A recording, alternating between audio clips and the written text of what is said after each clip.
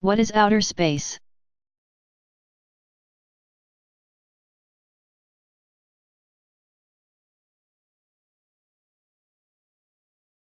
Outer space refers to the area that exists beyond Earth's atmosphere.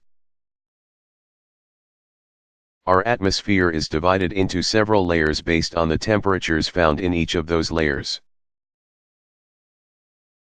The troposphere is the layer closest to Earth. It extends about 5 to 10 miles. 8 to 16 kilometers, above the planet's surface. Most of our weather, rain, snow, sleet, comes from the troposphere. Temperatures in the troposphere can fall as low as -112 degrees Fahrenheit, -80 degrees Celsius. The next layer, called the stratosphere, stretches from 11 to 30 miles. 17 to 48 kilometers, above Earth's surface. The stratosphere contains the ozone layer, which protects all life on Earth from the sun's harmful ultraviolet rays. Temperatures gradually rise in the stratosphere, reaching a high of around 28 degrees Fahrenheit, -2 degrees Celsius. The stratosphere is followed by the mesosphere, which goes to about 50 miles, 80 kilometers, above Earth. Temperatures drop well down into the negatives in the mesosphere, but in the next layer, the thermosphere, the sun's radiation heats the air to around 1100 degrees Fahrenheit, 600 degrees Celsius. The thermosphere ends at about 250 to 300 miles, 400 to 480 kilometers, above Earth. The final layer is called the exosphere, and at that level, the atmosphere is so thin as to be virtually non-existent. There is no line drawn in space marking the end of Earth's atmosphere and the beginning of outer space. But many scientists agree that outer space begins somewhere around 600 miles, 960 kilometers, above Earth.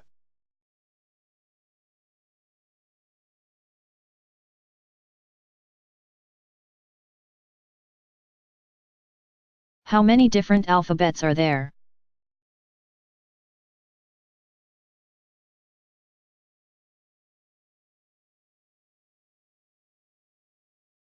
There are about 46 different alphabets in use today. Modern English and languages of Western Europe, Africa, and the Americas use a modified version of the Latin alphabet, which was developed by the ancient Romans. The Cyrillic alphabet, which is used by many countries in Eastern Europe like Russia, Serbia, and Bulgaria, is based on the ancient Greek alphabet. Modern Greek, Hebrew, and Arabic all have their own alphabets. Hebrew and Arabic are written from right to left. Some writing systems that are in use today are not true alphabets. A true alphabet is a system of writing in which symbols or letters represent all the sounds of a language. The Indian Devanagari alphabet is the source of many types of Asian writing. Some of its symbols represent syllables of words instead of individual sounds. Japanese uses similar syllabic features. It also shares features with China's non-alphabetic system of writing, where each of its many symbols or characters represent a different word or idea. Modern Japanese and Chinese are written from right to left, too, though they were once written from top to bottom in vertical columns. As you can imagine, these writing systems are especially challenging to learn. China's writing system is so complex, in fact with several thousand characters, that it has kept much of that country's population from becoming fully literate, able to read and write.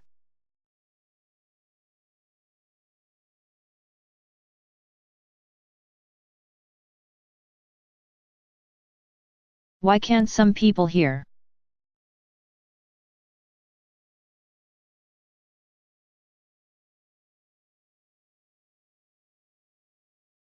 The inability to hear, or deafness, can occur for many reasons. Some types of hearing loss result from something blocking sound as it travels from the outer ear to the eardrum and the tiny bones in the middle ear. Other types of loss arise from damage or defect to the inner ear or the auditory nerve, which is the nerve that carries sound signals from the inner ear to the brain. Deafness can happen as a result of disease, including severe ear infections, or it can be inherited, with the deafness being apparent at birth or sometimes showing up years later. Injuries and accidents also account for many cases of deafness. Extremely loud noises, like those that come from an explosion, can cause deafness, though that loss of hearing is sometimes temporary. People who work in noisy factories or those who are frequently exposed to very loud music can also develop hearing loss over time. Many people gradually lose some or all of their hearing when they reach old age. But some of those types of hearing loss can be overcome by wearing a hearing aid, which makes noises like speech or music louder.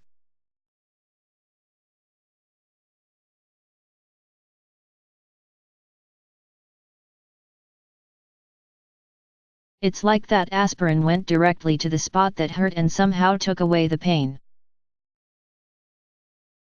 But how would it know where to go?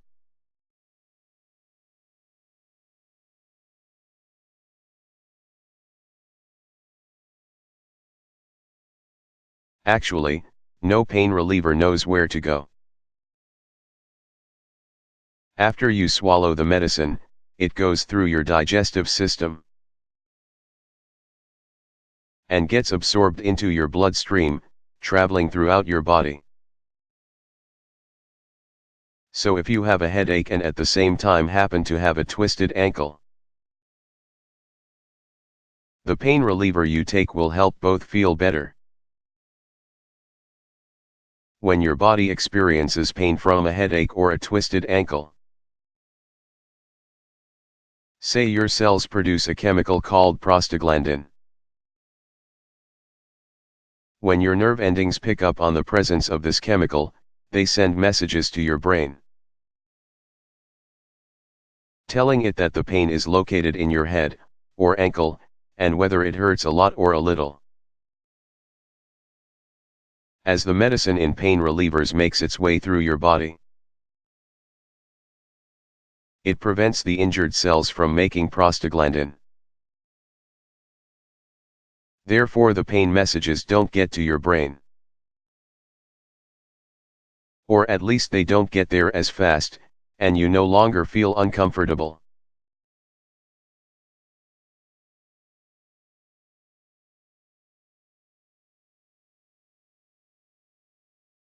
What is a fossil?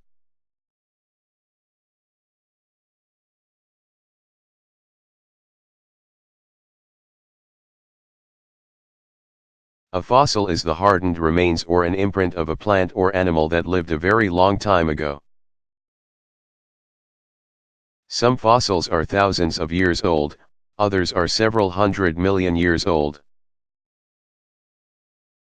Most plants and animals died and then decayed without ever leaving a trace. But some were buried under mud, rocks, ice, or other heavy coverings before decaying. The pressure of these layers over thousands of years turned animal and plant remains into rock. Usually fossils preserve the organism's hard parts, the bones or shells of an animal and the seeds, stems, and leaf veins of plants. Sometimes the fossil is the actual animal part, like a bone or tooth, that has hardened into rock. Some fossils, called trace fossils, show the imprint of parts of the animal or plant. Occasionally these imprints act as a mold, and the sediment that fills the imprint hardens and becomes a cast of, for example, a dinosaur footprint. Sometimes bones or trees are preserved by minerals that seep into the part's pores and then harden, or petrify, that part. Arizona's petrified forest contains numerous examples of giant trees that were petrified millions of years ago. In some cases, an entire animal is preserved in ice. Hardened tree sap, called amber, or in dry, desert areas. In these instances, as with woolly mammoths found in Alaska and elsewhere, the whole animal hair, skin, bones, internal organs is preserved much as it was when it died thousands of years earlier.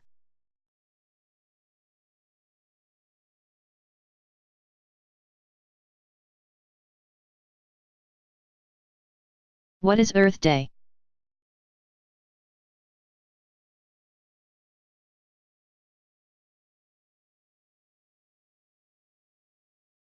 During the 1960s, information about problems with the environment, chemicals killing fish in waters, air pollution damaging the atmosphere and endangering the health of all creatures, the widespread destruction of forests and other natural areas began to concern people all over the world. A country's senator named Gaylord Nelson wondered why environmental issues were so disturbing to citizens but didn't seem to be on the government's list of problems to correct.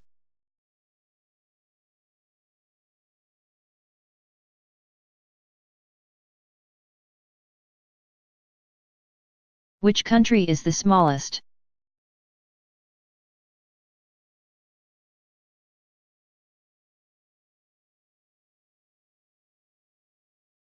The smallest country in the world is Vatican City. It is located on 108.7 acres, or 44 hectares, which is not even half a square mile, in the city of Rome, Italy. Vatican City is where the central government of the Roman Catholic Church is located. The home of the Pope, who is leader of the Church, is also located there. About 850 people are citizens of Vatican City, which is ruled by the Pope, though a governor and a council actually run it. Vatican City has its own money, postage stamps, flag, and diplomatic corps. Monaco, which is less than 1 square mile, around 2 square kilometers in area, is the second smallest country in the world.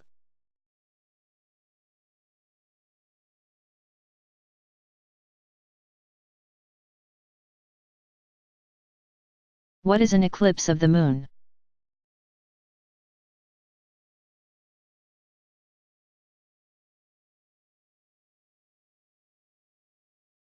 Once in a while Earth's shadow falls on the moon,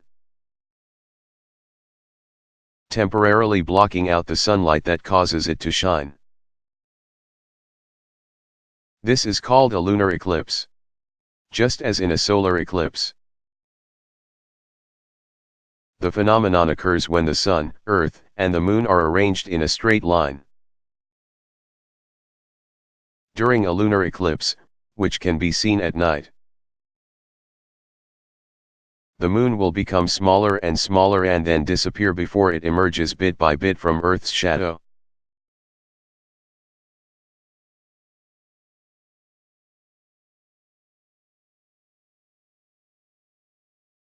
What did the first plants look like?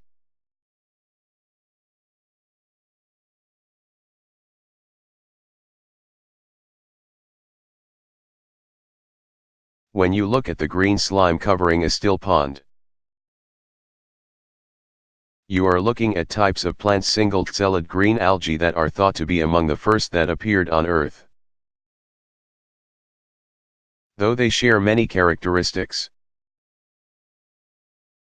some scientists do not actually classify algae as plants, but as part of the kingdom Protista. About 630 million years ago plants like these first grew in the oceans and spread to other watery environments.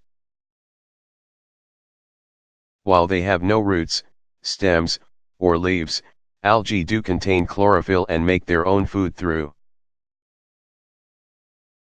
photosynthesis using the energy of the sun, carbon dioxide, and water, and give off the waste gas oxygen.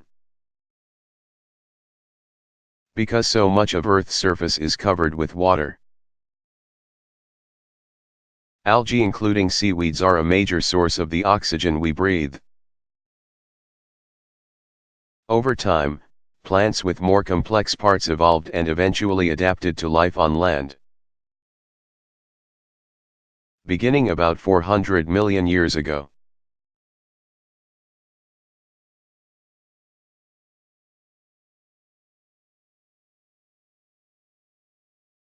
Why shouldn't I pick my nose?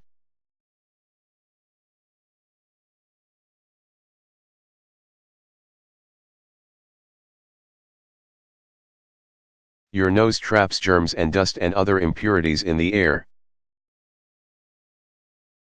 before they can travel to your lungs, so it is a pretty dirty place. When you pick your nose, those germs and more get on your fingers and can be passed to others through touch. A tissue which can be quickly thrown away should be used to wipe or clean your nose. Picking your nose could also damage the many blood vessels in your nose's thin lining, causing a nosebleed. The insides of noses are not large enough for searching fingers. Most people consider it bad manners, not to mention gross, to pick your nose in front of others.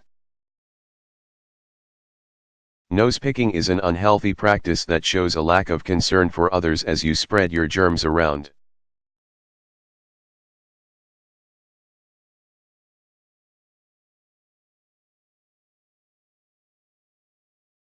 How do frogs croak?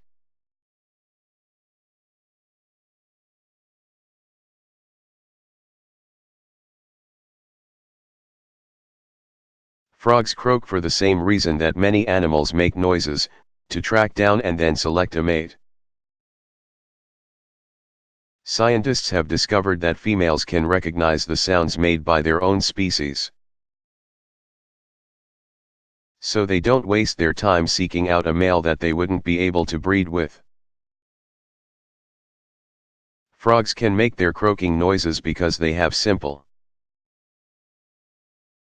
vocal cords consisting of two slits in the bottom of the mouth. These slits open into what is called a vocal pouch. When air passes from the lungs through the vocal cords, a sound is produced. The inflating and deflating vocal pouch makes the sound louder or quieter. That sound changes depending on the kind of frog. There are as many different kinds of croaks as there are frogs.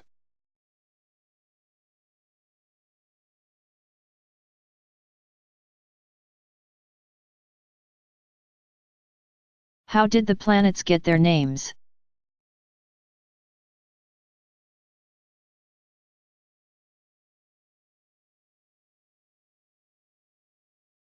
All the planets in our solar system, with the exception of Earth, are named after ancient Greek or Roman gods and goddesses. Gigantic Jupiter, for instance, is named fittingly after the Roman king of the gods. The ancient Greeks and Romans believed that their gods and goddesses lived in the heavens. Astronomers of long ago who thought that Earth was the center of the universe and that the planets and sun orbited around it decided to use the names of these mythical heavenly dwellers when they labeled new planets. Because our planet was not considered a part of the heavens, it was called Earth, which means of the ground.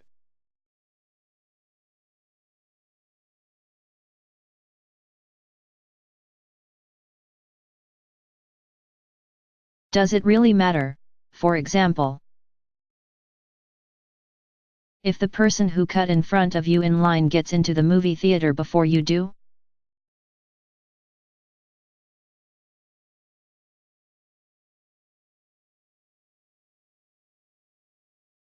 Remember, as much as you wish you could, you can't control how other people act, especially not with yelling and hitting. But what you can control in a given situation are your own feelings and behavior.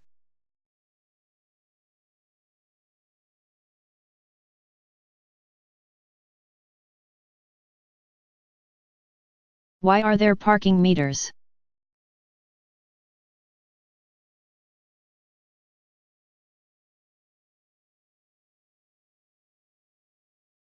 Finding a place to park in a big city is usually a problem because land space is so limited. In fact, one of the reasons that most big cities have mass transportation systems is because they don't have enough space for all the people who live, work, and visit there to use and park cars. Parking meters first used in Oklahoma City, Oklahoma, in 1935 were invented to help solve the traffic and parking problems of big cities. By charging drivers for parking spaces and limiting their time there. Parking meters encourage people to leave more quickly, which allows other drivers to use the spaces. The devices also encourage people to use public transportation to and from and within a city because parking is so expensive. This, in turn, reduces the number of cars on city streets, cutting down on traffic, noise, and pollution. Another benefit of parking meters is that the money they bring in can be used for city needs.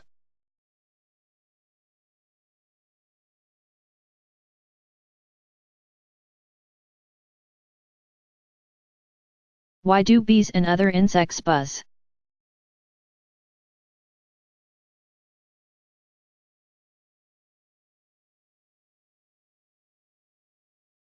The buzzing sounds that insects make are the beating of their wings. Some insects flap their wings slowly, like the butterfly, 8 to 12 beats per second, and make no sound. Others, like the mosquito, beat their wings very fast, at 600 beats per second. The mosquito's buzz sounds more like a high-pitched whine.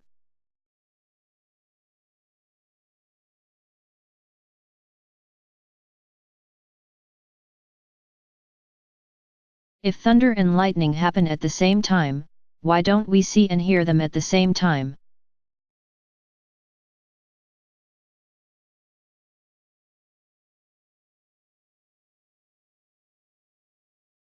Light from a flash of lightning travels almost immediately to your eyes. That is because light waves move very fast, at a speed of about 186,281 miles. 300,000 kilometers, per second, a rate known as the speed of light. Sound waves, on the other hand, travel more slowly, about 1/5 of a mile, or 1,100 feet. 335 meters, per second, though this varies with the temperature and medium through which sound is moving. So the sound of thunder reaches your ears a few seconds after you see lightning. Sometimes lightning is so far away that you cannot hear the thunder that goes with it. And sometimes thunder can be heard without seeing lightning, which may be hard to spot if it is deep within a cloud and the day is bright. A fairly accurate mathematical formula can indicate how far away a lightning strike has occurred. If you count the number of seconds between the flash of lightning and the sound of thunder and divide the number by 5, you will know how many miles away the lightning occurred. When thunder seems to follow lightning almost immediately, you know that lightning has struck very close by, and as the amount of time between seeing lightning and hearing thunder increases, you know the storm is moving farther away.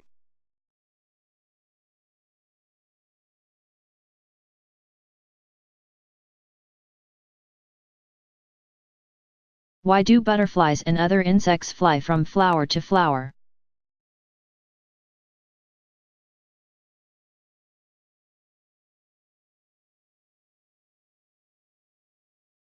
Butterflies and other insects fly from one plant to the next to feed on the sweet nectar and sometimes the pollen located in the interior of flowers. The sugar in nectar supplies insects with the energy they need. And pollen contains protein, fat, vitamins, and minerals.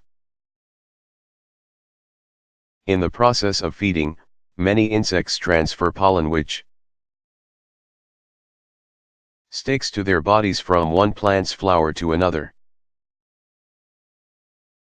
Pollen, which is a fine powdery grain from a flower's male reproductive organ,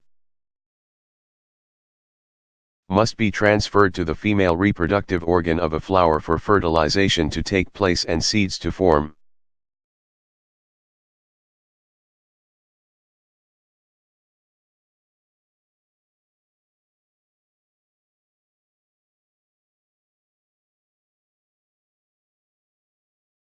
Why does a skunk stink?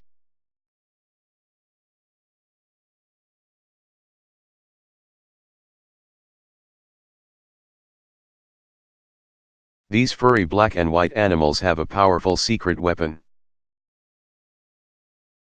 If they feel frightened or threatened by the approach of another animal, they will first give off warning signals, like stamping their feet and, in some types, doing handstands on their front feet. If these warnings don't work, the skunk will spray the attacker with a horrible smelling oily liquid produced in glands near its anus. A skunk can shoot this liquid up to 12 feet, 3.6 meters. And its powerful odor can be detected more than a mile away. The foul smell of this liquid can be very difficult to remove from the fur of a cat or dog that has been sprayed.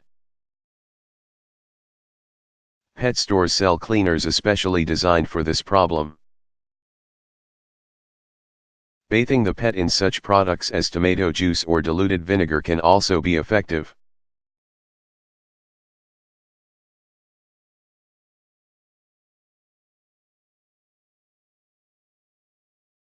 Where does the moon go during the day?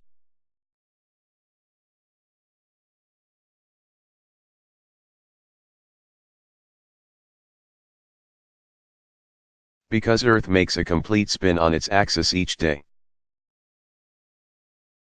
The spot that we occupy on Earth is generally turned away from the moon and its reflected sunlight during the daytime. When we have daytime, the other side of the world is experiencing night, and the moon is visible to them. But at certain times of the month, when weather conditions are just right,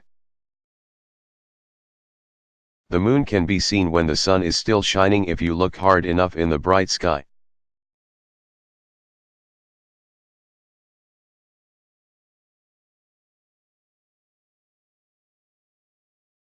Why is it easier to float in salt water than in fresh water?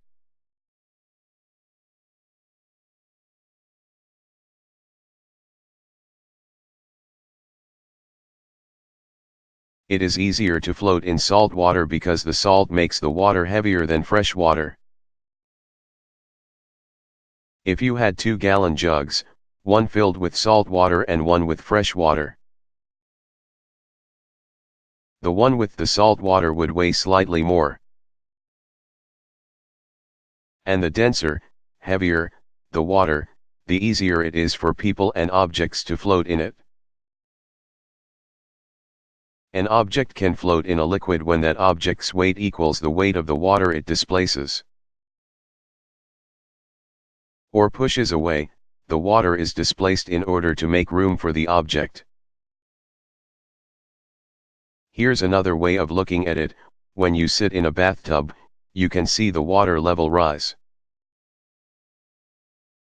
If you removed the amount of water that was pushed up by your body, it would weigh the same as your body does. When the water is dense, like salt water is, less of it is displaced by your body. It takes less water to equal your body's weight, and you float higher than you would in fresh water.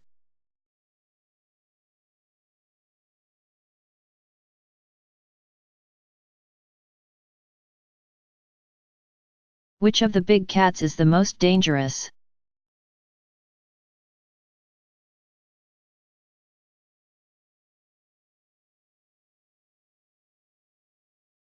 Probably, for people, the most dangerous of the big cats is the leopard. Although not as large as the lion or tiger. The leopard, a good climber that lurks in trees and on the ground, will attack a human when hunting or when startled. Lions and tigers usually try to avoid fights with people.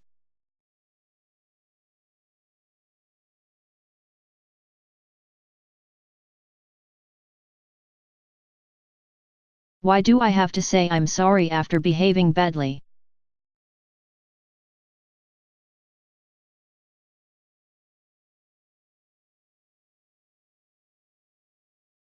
Everybody makes mistakes, even grown ups.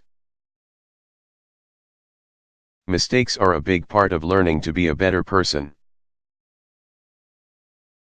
If you behave badly, breaking rules and hurting other people, it is important to show that you realize the mistakes you've made and the harm you've done, and that you will try to do better next time. Saying I'm sorry brings that message to the person you've hurt or disappointed, and often makes him or her feel better. And even though it's very hard to apologize, you may find it will make you feel better, too. When someone has hurt or disappointed you and comes to apologize, try to forgive him or her quickly. Remember, that person is learning how to be a better person, just like you.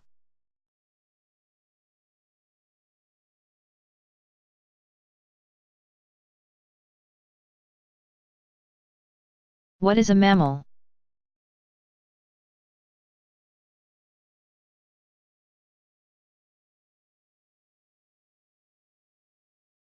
A mammal is an animal that belongs to the highest class of vertebrates. A vertebrate is an animal that has a backbone and a spinal cord. The other types of vertebrates are birds, reptiles, amphibians, and fish. Human beings are mammals. All female mammals give birth to live young. With the exception of the platypus duck and the spiny anteater, which reproduce by laying eggs. But regardless of how their babies are born, all female mammals nurse their young with milk, which they produce from mammary glands. A mammal is warm-blooded, which means that its body temperature is internally regulated and constant, and does not change with different surroundings. Most mammals are covered either partially or completely with hair or fur, as opposed to the scales of reptiles and fish and the feathers of birds. Mammals also share certain features in their bone structure, muscles, and even cells that separate them from other vertebrates. When we think of wild animals, farm animals, or pets, we usually think of creatures that belong to the mammal class. Chimpanzees, elephants, bears, horses, pigs, dogs and cats, and countless other land animals are all mammals. Some mammals also live in unexpected places, whales and dolphins, for example, are uniquely adapted to spend their lives in the water. They have fish-like, hairless bodies, and their limbs have been modified into flippers. But unlike their fish neighbors, these mammals have air-breathing lungs instead of water-breathing gills. Bats, the only true flying mammals, spend much of their time in the sky. Their wings are made of skin stretched from their very long fingers along the sides of their bodies to their hind legs and tails.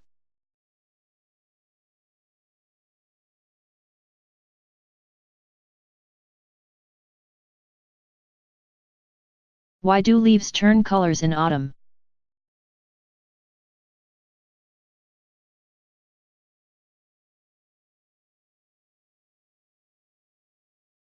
In autumn, when leaves are sealed off from the branches on which they grow, and water and minerals can no longer reach them, photosynthesis stops. Once leaves are sealed off, their food making chlorophyll, the substance that gives them their green color, breaks down, and other colors that were in the leaves all along, masked by the abundance of green chlorophyll, appear. Colors like yellow and orange show up then, courtesy of the pigment carotene, which also makes carrots orange. Some of the beautiful fall colors result from pigments formed by chemical reactions that are triggered by the unique weather conditions in the fall, cooler temperatures at night and shorter days spark the production of anthocyanin pigments, which give leaves their red and purple tones. Autumn temperatures also produce red colors by reacting with glucose, a type of sugar trapped in the leaves after photosynthesis has stopped. Changes in the weather affect the brightness of the leaves' colors and the length of time those colors can be seen before the leaves drop off the trees. When temperatures are low but not to the point of freezing, more anthocyanin will be produced, giving leaves a brilliant red color. Cloudy and rainy days can also result in brighter, bolder fall colors.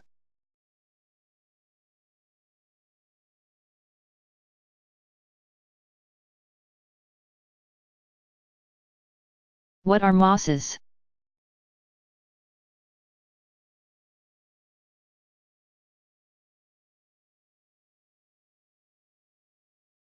Most of us have seen moss growing in a soft, green carpet at the base of a tree in the woods. Like ferns, mosses can grow all over the world, but they thrive in damp, shady areas. Both plants require moisture to reproduce during the reproductive stage. The male sex cells need water to swim to the female sex cells so they can fuse and create new plants. Most mosses are small, but one tropical species can grow to heights of 27 inches, 69 centimeters. Lacking true roots, mosses connect to the ground or trees with tiny, root-like structures called rhizoids. Mosses can hold tremendous amounts of water, which has made certain varieties very useful to the environment. And some Native American Indians took advantage of moss's absorbency by using it for diapers. Mosses help prevent flooding. And gardeners use a type called peat moss to keep soil moist and rich with nutrients.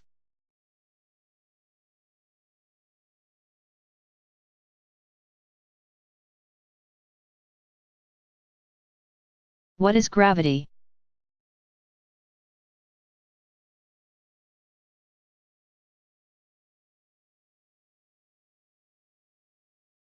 Gravity, or gravitation, is the force of attraction that exists between any two particles of matter, or any two objects. It is the force that holds planets in their orbits around the Sun, or the Moon in its orbit around Earth. As the distance between two objects increases, their gravitational attraction decreases. Gravity is also the force that holds any object to Earth or to any other heavenly body instead of allowing it to fly into space. The larger an object, the greater its gravitational pull. That explains with American astronauts that landed on the Moon could leap about with little effort. With the Moon much smaller than Earth, its gravitational pull is 1/6 as strong as that of our planet. Gravity also explains why Earth and other planets and heavenly bodies are fairly round in shape. When our solar system was formed, gravity drew the dust and gases hurtling through space into lumps. When a great amount of matter is pulled together at one time, it crowds together into the shape of a ball because gravity pulls everything toward a center point. Still, Earth is not perfectly round. As it rotates on its axis, the spinning causes an additional force to pull against gravity, making Earth bulge out a little around its middle.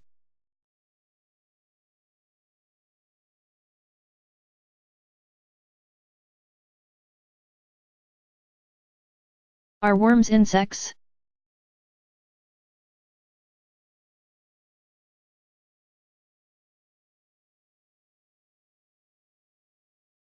While some insects are worm-like in their immature, or larval, stage,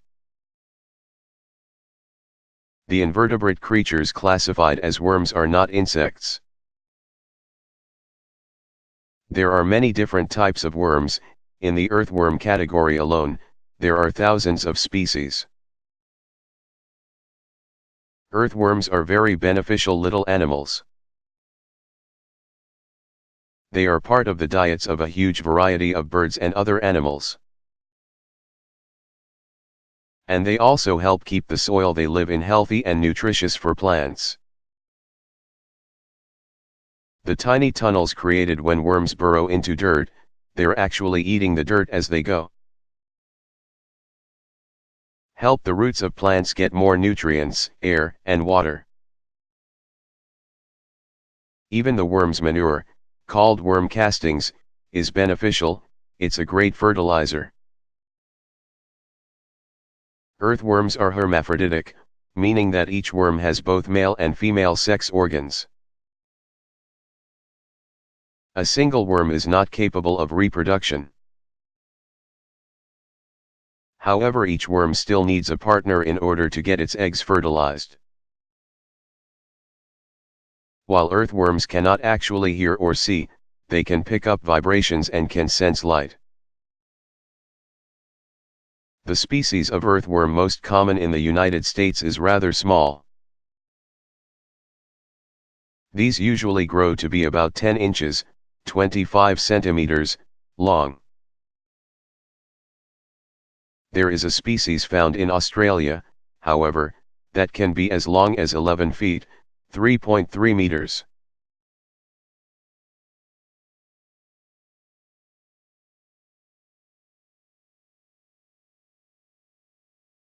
Why are there 7 days in a week?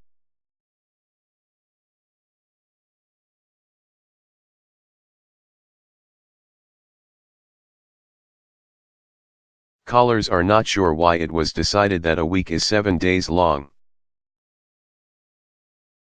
There are many different theories. The beginning of the Bible states that the world was made in 6 days, and on the 7th day God rested. This biblical source, however, does not explain the 7-day week established in societies that did not know of or follow the teachings of the Bible. One widely held theory explains that in ancient times, many civilizations all over the world believed that each day was governed by either the sun, the moon, or one of the 5 planets that were then known. Because each of the 7 astronomical bodies ruled one day, there were 7 days in a week. Before the 7-day week became widely accepted, many societies based their week on the amount of time between market days. If it was decided that farmers needed 9 days to accumulate and transport their goods to the marketplace, and the market day was the 10th day, then the week was 10 days long.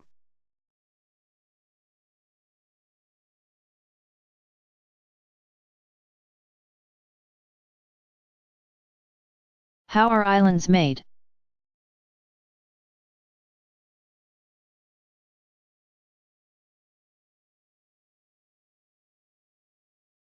Islands can be created in a couple of ways. Either they are connected, or were once connected, to the continent that they are located near, or they arise through the ocean floor during volcanic activity or other disturbances in Earth's crust. A continental island as the first kind is called maybe a high part of the continental margin or extension of land that is usually present underwater along a coastline, or may have been separated from its parent continent by a watery passageway carved out by the sea. Great Britain and Japan are examples of continental islands. The islands of Hawaii, on the other hand, are examples of oceanic islands, because they were formed by volcanic activity on the floor of the Pacific Ocean some 40 million years ago.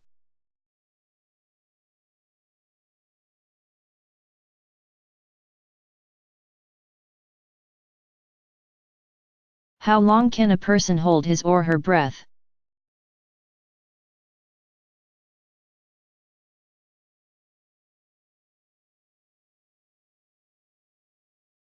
You usually don't have to think much about your breathing because your brain controls it automatically. When you have a lot of carbon dioxide, the waste gas produced by body processes in your blood, your brain gets the message and tells your lungs to exhale and get rid of it. This action then causes you to inhale, drawing in air that eventually delivers oxygen to every cell in your body. This carefully regulated exhaling and inhaling takes place about 10 to 14 times each minute when you are breathing calmly. When you need more oxygen than usual, your brain takes care of that, too. When you're exercising or working hard, your brain tells you to breathe more quickly, taking in 15 to 20 times more air.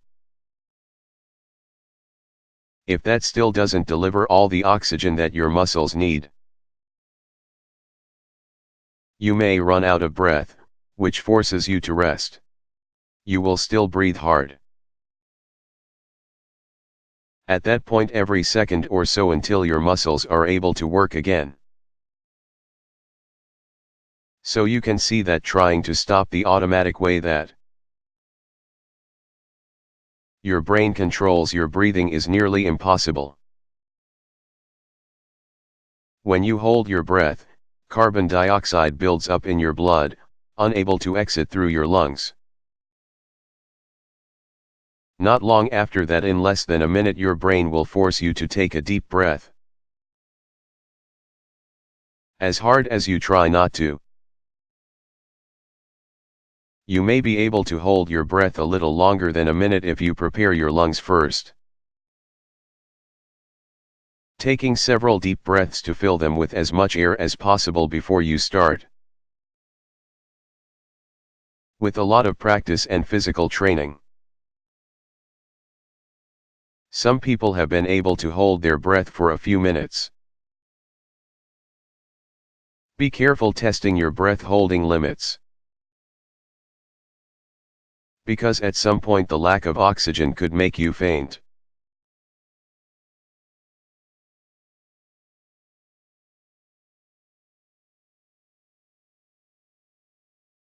Do camels really store water in their humps?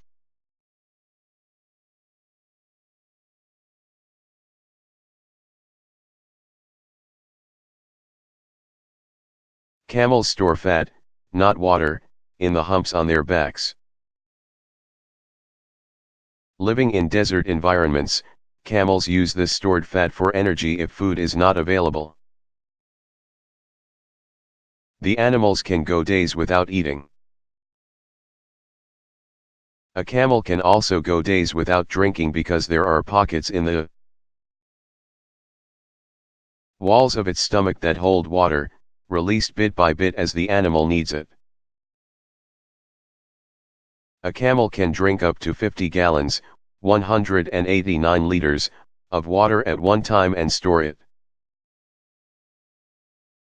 There are two types of camels, the Arabian camel or dromedary native to northern Africa which has one hump, and the Bactrian camel native to Central Asia which has two. For centuries, camels have been used by people to cross the desert, either ridden or used as pack animals carrying supplies. That is why the large, strong beast has often been called the ship of the desert. Able to endure intense heat, camels have many other features that make them well suited to desert surroundings. Their broad, padded hooves do not sink in the sand, and their long eyelashes and hair-filled nostrils protect their eyes and airways from blowing grit. But their most unique features are their stomachs and humps of fat. At the beginning of a desert journey, when a camel is well fed, its hump can weigh nearly 100 pounds, 45 kilograms. At the end of a long, hard trip, the hump nearly disappears, and all that is left is the loose skin that once covered it, kind of like a furry balloon that has lost its air.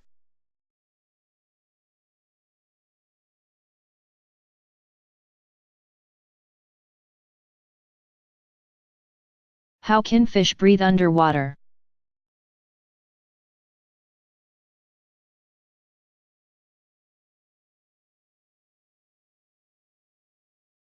just like people and, indeed, all animals. Fish need to take in oxygen and release carbon dioxide to survive. And while oxygen isn't as plentiful in water as it is in the air, there is enough dissolved oxygen in water to allow fish, and all other water creatures, to live. Fish conduct the exchange of oxygen and carbon dioxide with the help of gills. Breathing organs consisting of flaps of tissue located on the outside of the fish's body. Gills are loaded with tiny blood vessels called capillaries. It is these vessels that take in oxygen from the water and transport it to other blood vessels that distribute it where it's needed in the fish's body. The gill capillaries also bring carbon dioxide from other vessels to the gills, where it is then returned to the water.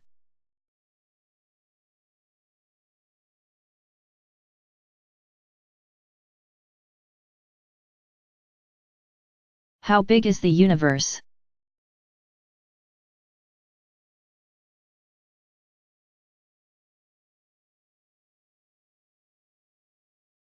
Scientists have demonstrated that the universe is expanding in size. With galaxies moving farther from one another, objects within a galaxy, like the planets in our solar system, don't move away from each other, however, because they are held together by gravity. Because distances in space are so huge,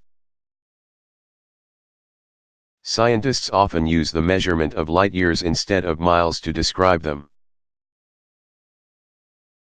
A light year is the distance that light can travel through space in 1 year,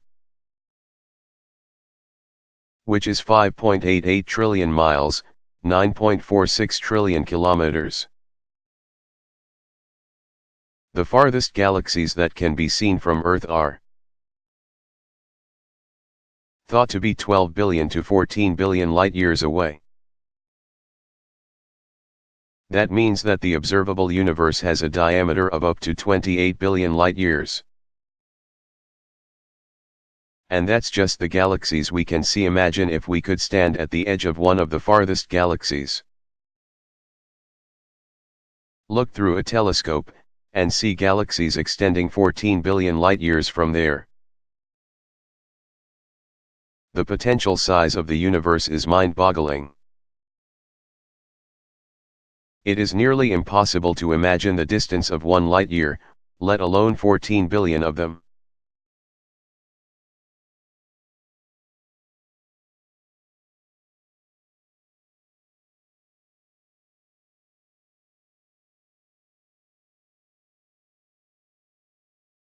So why is it called the bald eagle?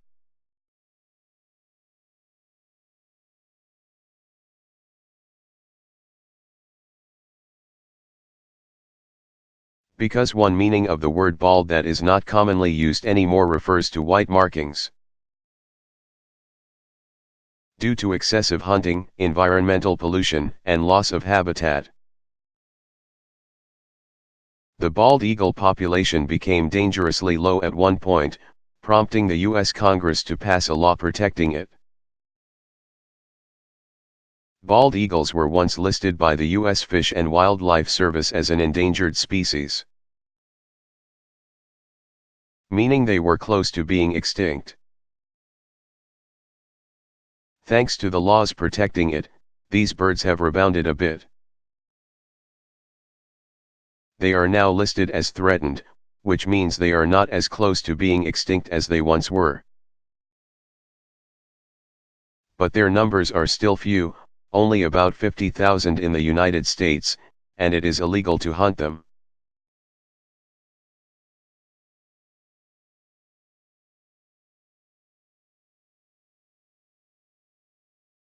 Is an elephant's trunk really its nose?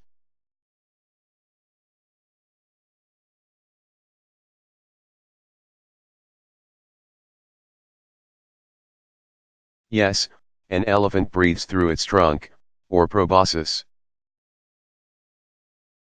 which has two nostrils through which air can pass.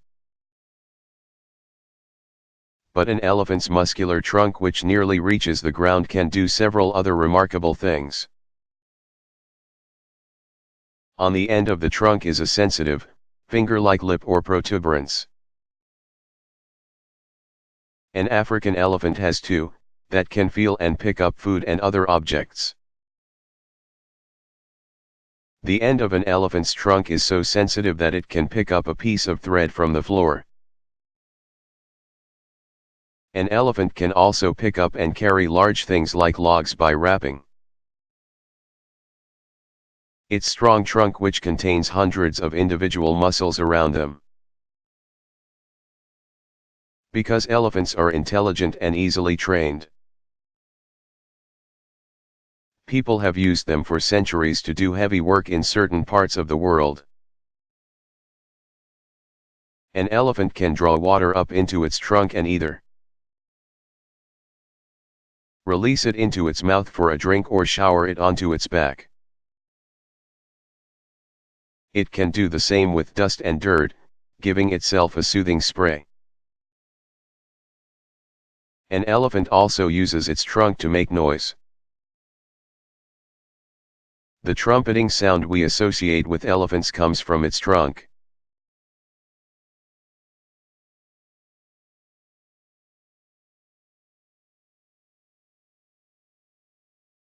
What are identical twins?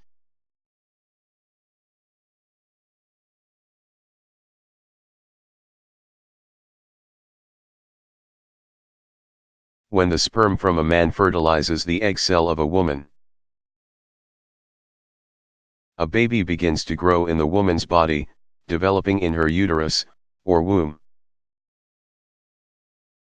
Through the joined sperm and egg, the man and woman each contribute half of the genes that will give the baby its inherited characteristics, like eye color and height. Once in a while, before the baby begins to grow, the fertilized egg,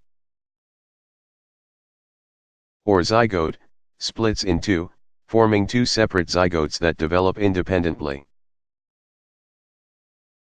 When this happens, two babies start to grow inside their mother.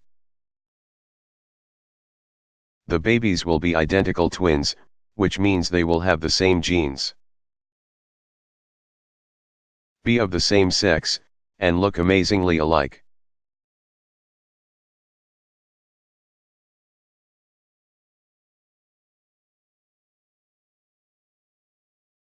What are vertebrates?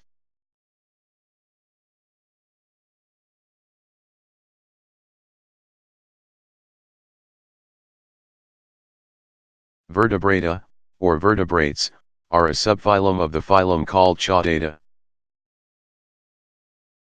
Human beings, as well as most of the animals we experience in our everyday lives, mammals, birds, reptiles, amphibians, fish, are classified as vertebrates. The most obvious characteristic of vertebrates is a backbone, which can be made of bone or cartilage. Vertebrates have a complex spinal cord that runs along the length of the animal's body and contains a nervous system. At the top of the spinal cord is a brain and sense organs that allow animals to see, hear, and smell. Vertebrates also have bodies that are bilaterally symmetrical, which means that the left side is basically a mirror image of the right. There are 45,000 living vertebrate species. Vertebrates live in nearly every region of the world, adapting to life on land, in the air, and in the sea.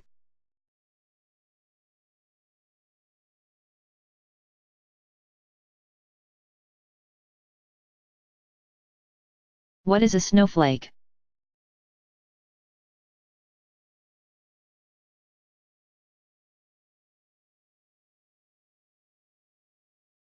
When droplets of water in a cloud come into contact with tiny particles, specks of dust. Tiny pollutants, minuscule pieces of vegetation that have been carried up by wind, they freeze into ice crystals and begin to fall. Traveling through a cloud, these ice crystals may pass by air containing supercooled droplets, which is water that is below the freezing point but remains a liquid. These droplets attach themselves to the sides of the ice crystals, where they freeze, forming snowflakes. When water freezes, it forms flat, six-sided ice crystals. Though the way the crystals clump together accounts for a number of different snowflake shapes. As these crystals increase in size, they fall to Earth. If the cloud from which they fall is low in the sky, the snowflakes are likely to stay frozen and will fall to the ground as snow. Although it's hard to imagine, each snowflake does seem to be unique, with a shape or size unlike any other. One American who enjoyed studying the weather, W.A. Bentley,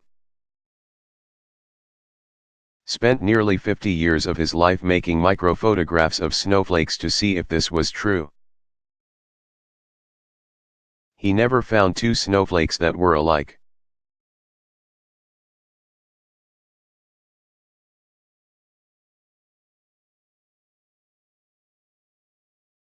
Do all new plants grow from seeds?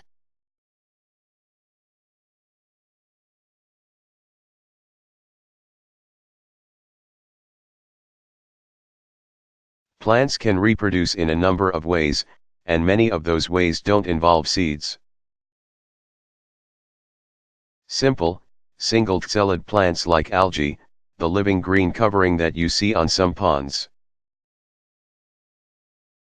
for instance, produce asexually, which means that male and female cells are not needed to create new life.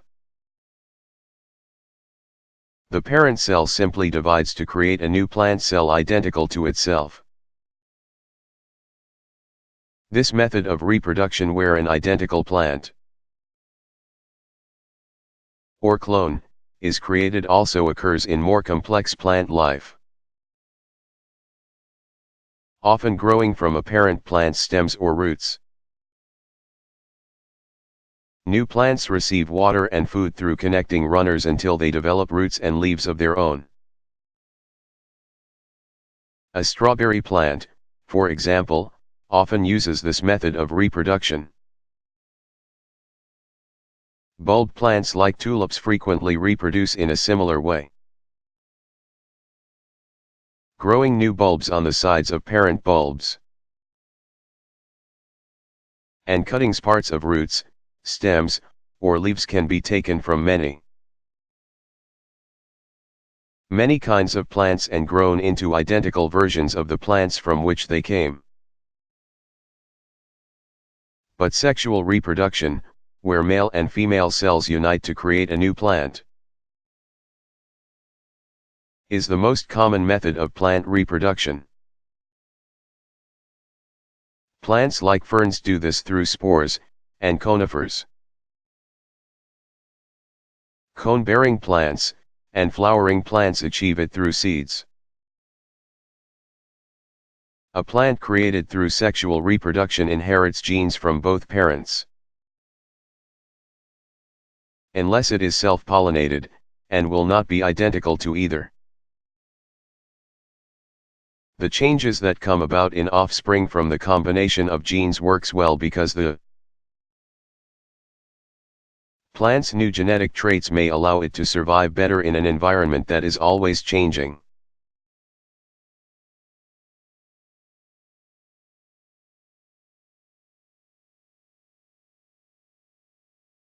How do migrating birds know how to navigate?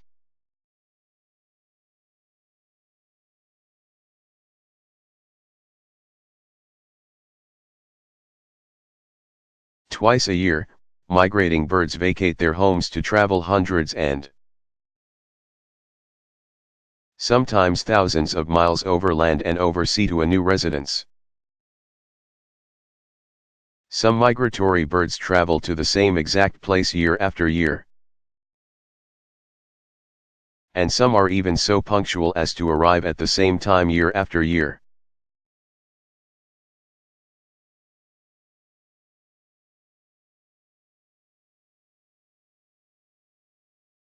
Which country has the most people?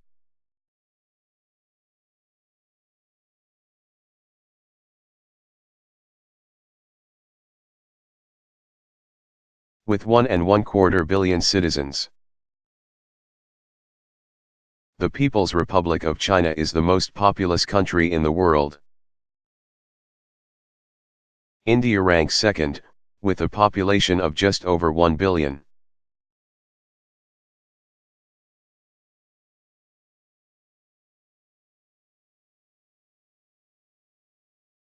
How does an eel make electricity?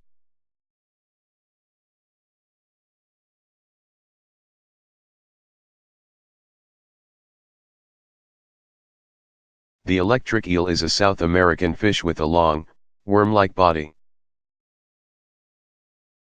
It can grow to a length of 9 feet, 2.75 meters, and weigh nearly 50 pounds, 22.7 kilometers. The electric eel floats through slow-moving water searching for fish to eat. It breathes air, which means it must come to the surface every few minutes. The electric eel has organs made up of electric plates that run the length of its tail, which makes up most of its body length. This eel, which has no teeth, uses electric shocks to stun its prey, probably to protect its mouth from the struggling, spiny fish it is trying to eat. The eel shocks the fish with several brief electrical charges, temporarily paralyzing it so the eel can suck it into its stomach. The electrical charge can be anywhere from 300 to 600 volts, enough of a shock to jolt a human being. Electric eels are not aggressive, though, and primarily use their electricity to ward off enemies and stun their prey.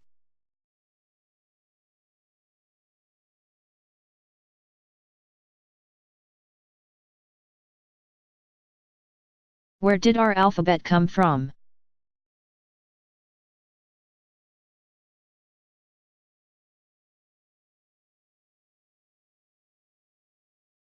An alphabet is a system of writing in which symbols or letters represent all the sounds of a language.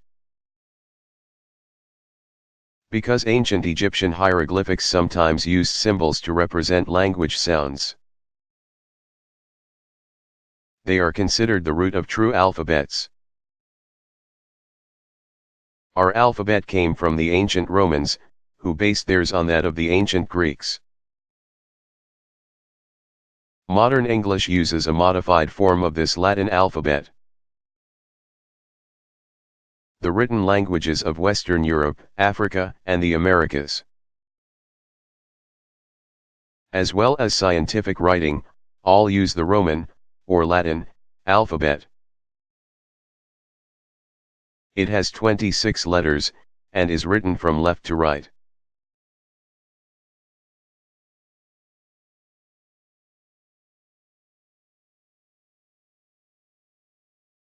Does it hurt to die?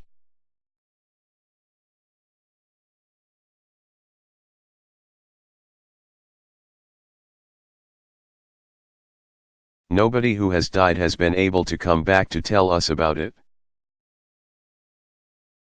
So it is impossible to know whether dying hurts. But people who have had near-death experiences, those whose hearts have stopped, for instance, but were later restarted, have only good things to report. Most tell of a peaceful sensation of floating above their bodies. A number also describe traveling through a tunnel toward a beautiful light or having loving meetings with friends and relatives who have died before them. Scientists know that when a person is in a state of very low oxygen, often a condition that precedes death, he or she experiences feelings of euphoria, or great happiness. So as far as we know, the act of dying is not painful at all. What is often painful for dying people is the thought of leaving behind their family and friends. They may also be sad at the thought of never again doing the things they love about life,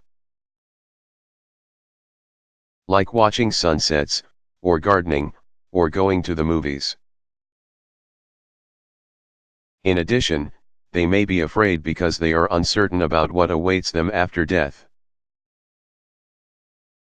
Still, many sick people welcome death.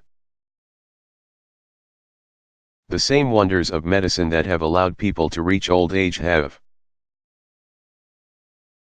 also enabled them to live through long, and sometimes painful, illnesses. Often, death is seen as a welcome end to pain, both for the ill person and for the family and friends who have watched their loved one suffer. People with strong religious faith, too, may fear death less because they believe they will journey to a better place.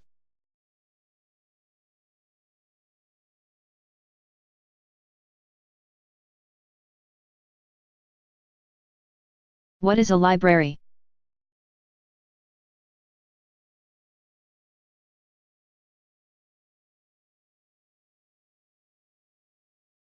A library is a collection of reading materials, and sometimes music and videos. 2. That is kept available for people to use but not to buy. The first public library was established in Greece in 330 BC for use by certain members of the population. The first circulating library, which allowed materials to be taken out by paying members and returned after use, was begun by Benjamin Franklin in Philadelphia, Pennsylvania, in 1732. But not until the late 19th century could the general population borrow books from public libraries for free. Today, taxes paid by people who live in cities and towns provide most of the funding for local public libraries. So, in a way, that makes you and everyone else in your community joint owners of your local library and of all the wonderful books, videos, CDs, and other resources that it has in it.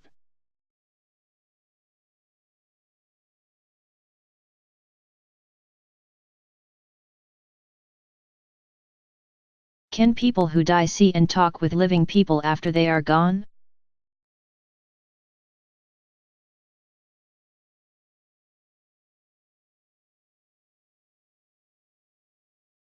Although for centuries living people have reported seeing and talking to people who have died, there is no scientific proof that this can be done or that visiting with ghosts is possible. Although some people claim they have special skills allowing them to contact and receive messages from the deceased, such people are known as spiritualist mediums. Their communications, usually conducted during meetings called seances, have generally proven to be fake. Sometimes, though, people who have recently had a loved one die feel that they can sense that person's presence with them. They may even talk to the deceased. It is likely that these sensations arise out of very powerful feelings of loss and vivid memories of the loved one. For many people, believing that a physical connection continues after death lessens their sorrow. It is one of many ways through which people keep alive the memories of those who have died.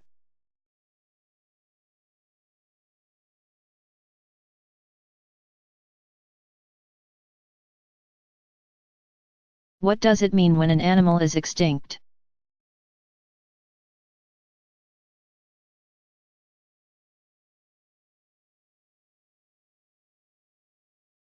Extinction happens when a species of plant or animal dies out completely. Extinction is a permanent state. Once a species is extinct, it cannot be revived. Scientists believe that extinction usually occurs when a species cannot adapt to major changes to its environment. Some species adapt dramatically to such changes, and in doing so they become an entirely new species. Meaning the species they evolved from becomes extinct. The actions of human beings have caused numerous extinctions. At one time many people believed that Earth's resources, fresh water, trees, fuel sources, animals used for food were unlimited. People have hunted or fished for an animal in such great numbers that the deaths outnumbered births. And the species could not survive. Tearing down forests or filling in swamps to build homes, golf courses, or shopping malls has had a great impact on animal life. Many animals can no longer survive if their habitat is destroyed. Pollution of the air, soil, and water has also been a factor in the destruction of many species. It's important to remember that while human beings have caused the extinction of many species, we also have the ability to protect and save endangered plants and animals. Wildlife preservation laws and organizations like the Sierra Club first arose in the late 1800s. After people began to realize the devastating impact their actions could have on animal species. Widespread hunting of the American bison, for example, reduced the animal's population from 60 million in 1860 to only about 550 just 30 years later. Such a huge and fast reduction in the bison's numbers alarmed many people. In 1966 the U.S. Congress passed the important Endangered Species Protection Act, which meant that animals whose populations were shrinking could be protected from hunters and land developers. That law, and many others passed since then, has generated controversy in situations where the building of a bridge or dam or airport could threaten an endangered species but would help the people living nearby. As the world's population continues to grow, with more and more people living in what used to be animal habitats, such conflicts are likely to increase. Of all the animal and plant species that have ever lived, far more than half are now extinct. On the other hand, new species develop and are discovered all the time. So a balance between death and new life is maintained.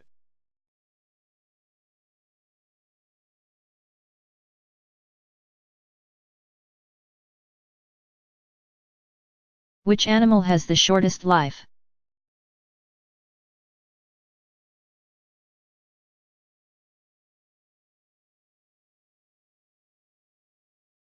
Many insects have very short lives, existing for only a few days. The mayfly has the shortest lifespan. In the adult stage, the mayfly often lives just a few hours, long enough to mate and, for the females, to deposit their fertilized eggs. Male mayflies perform an acrobatic mating dance over water as the sun goes down. They are then joined in the dance by the females. Mayflies, also called fish flies, arrive in swarms in areas near bodies of fresh water. The pre-adult stages are aquatic, meaning they live in water. They coat streets and driveways and cling to screen doors and cars. While their fishy odor is unpleasant, the presence of mayflies indicates that the body of water is healthy.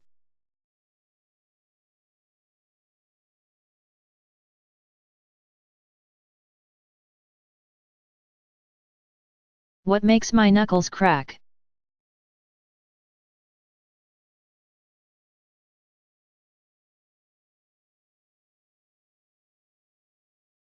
There are tiny amounts of fluid around your joints, the place where two or more bones meet.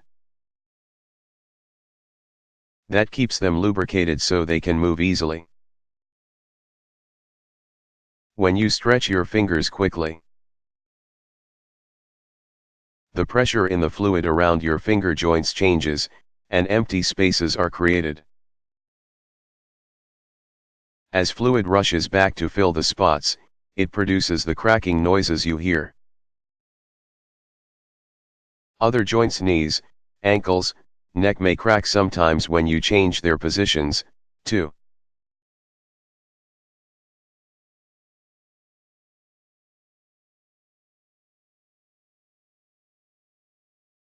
What is an island?